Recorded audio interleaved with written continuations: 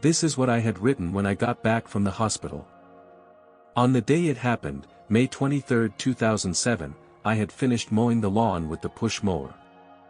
And was feeling good when I came into the house. It was funny, but my neighbor said later, "I saw you running through the yard mowing your lawn, and I told my wife you shouldn't be doing that." I sat down and had some water, I believe, and after about 30 minutes or so began to experience some strange feelings. I took a couple of aspirins and laid down, and then the symptoms really began to manifest.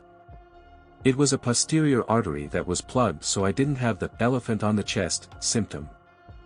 But I did have pain radiating across my shoulders and, eventually, down my left arm. I also was sweating and had nausea. I told my wife, Jan, to call 911. In minutes, it seemed, there were about a dozen people in my bedroom. My next-door neighbor was an emergency medical technician. And there are 2 other emergency medical technicians on our block. So they heard the call on their scanners and came immediately. The police arrived in minutes also, followed shortly by the ambulance crew and some other emergency medical technicians. The advantage of living in a small town. After trying to stabilize me at home, without success. The ambulance crew took me to the Ely Hospital emergency room, where I was hooked up to various 4 bottles. It's strange, but as we were going to the hospital, I asked the emergency medical technician what the weather was doing. He said it had started to drizzle. I recall saying, "It's a good day to die." The crew looked at each but didn't say a thing. After getting to the emergency room, they hooked me up and took readings for a while. They gave me a clot buster drug, but apparently the emergency room doctor didn't like what he saw, and he said he was going to alter from protocol and drop my blood pressure to ease the stress on my heart with heparin. Little did I know, and apparently the doctor didn't either, but contaminated heparin was circulating through the system.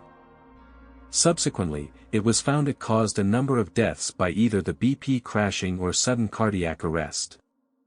I had heard where my BP was, and I said, "Gee, isn't it pretty low already?" Of course, no one listened to me, but he did say, "Watch him closely and let me know what is happening." After giving me the heparin, after a bit I heard the nurse on my left say, "PB is dropping, PB is 37, BP is 34. Then in a worried voice, "It's 32 and still dropping." About that time, I could sense a lot of activity going on. The nurse said, "Panicky this time, doctor, we're losing him." The nurse, Dawn, on my right, must have had something in the 4 to supposedly counteract the BP drop. She said, "I have it wide open." About that time, I began to feel really good, but sleepy. I remember saying, "I feel so good and all the pain is gone." It wasn't just the pain of the heart attack, I felt free of pains I didn't even know I had. I felt wonderful, so light and free of everything physical. I remember saying, to myself, if I close my eyes I am just going to slip away.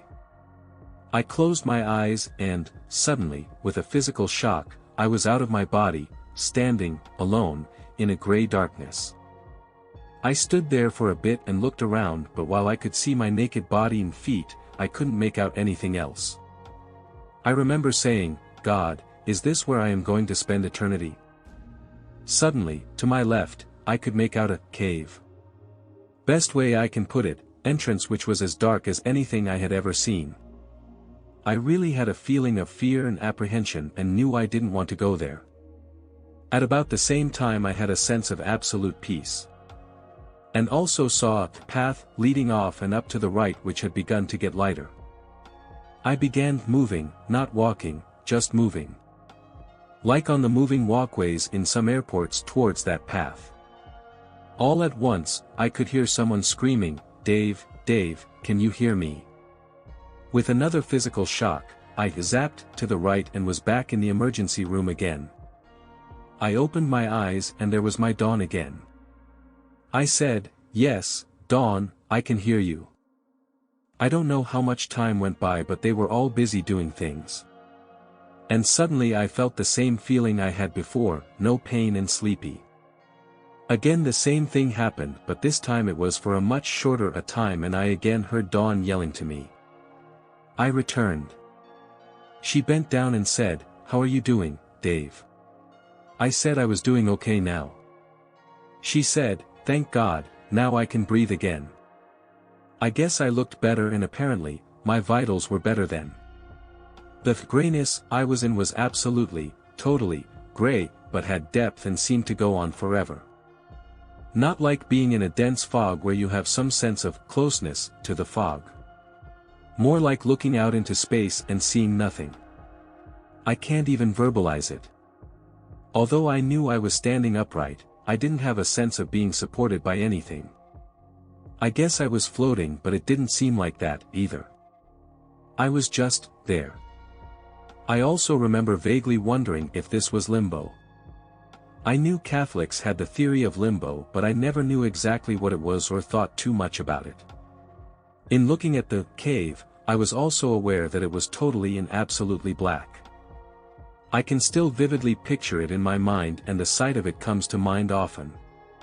It was really a bad place, and I thank God I did not make a trip there, even for a visit. The doctor disappeared, and I wondered if he went to his office. To thank God his treatment hadn't killed me, but that probably wasn't true. Probably he was conferring with the Duluth hospital and asking for a medevac helicopter to transport me there. The weather had turned nasty by that time, and the choppers were grounded. So a decision was made to transport me the 2+ hours by ambulance. He told Dawn to go with me, and there was also a young medical student who was doing an internship there at Ely. He also told him to go with me because it will be a good learning experience for you. I am absolutely convinced, to this day, he did not expect me to survive the trip. Dawn did a good job on the way down, and I had another episode of pain and turning gray. But she gave me nitro, intravenously, just before we reached Duluth. When I talked to her later, after I was back home, she told me she was terrified the whole time. She said I was her first serious cardiac patient, and she had never seen someone die before. I asked her if I was really dead, and she said, "Oh yes, you flatlined both times, you had died." I asked how long it was, and she said about 20 or 30 seconds the first time and 12 to 15 the second. I didn't float above the table and watch the events in the emergency room. And I didn't go down the tunnel towards the light as so many report.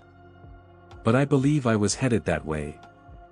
Obviously, it was not my time, and I also feel the time I was dead was too short for that to happen. The attack happened about 3 p.m. and the cardiac surgeon operated on me at 2 a.m. the next morning.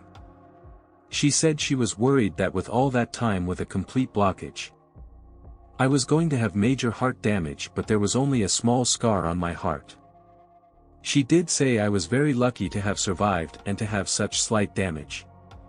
She avoided saying a miracle, but that's what I believe it was.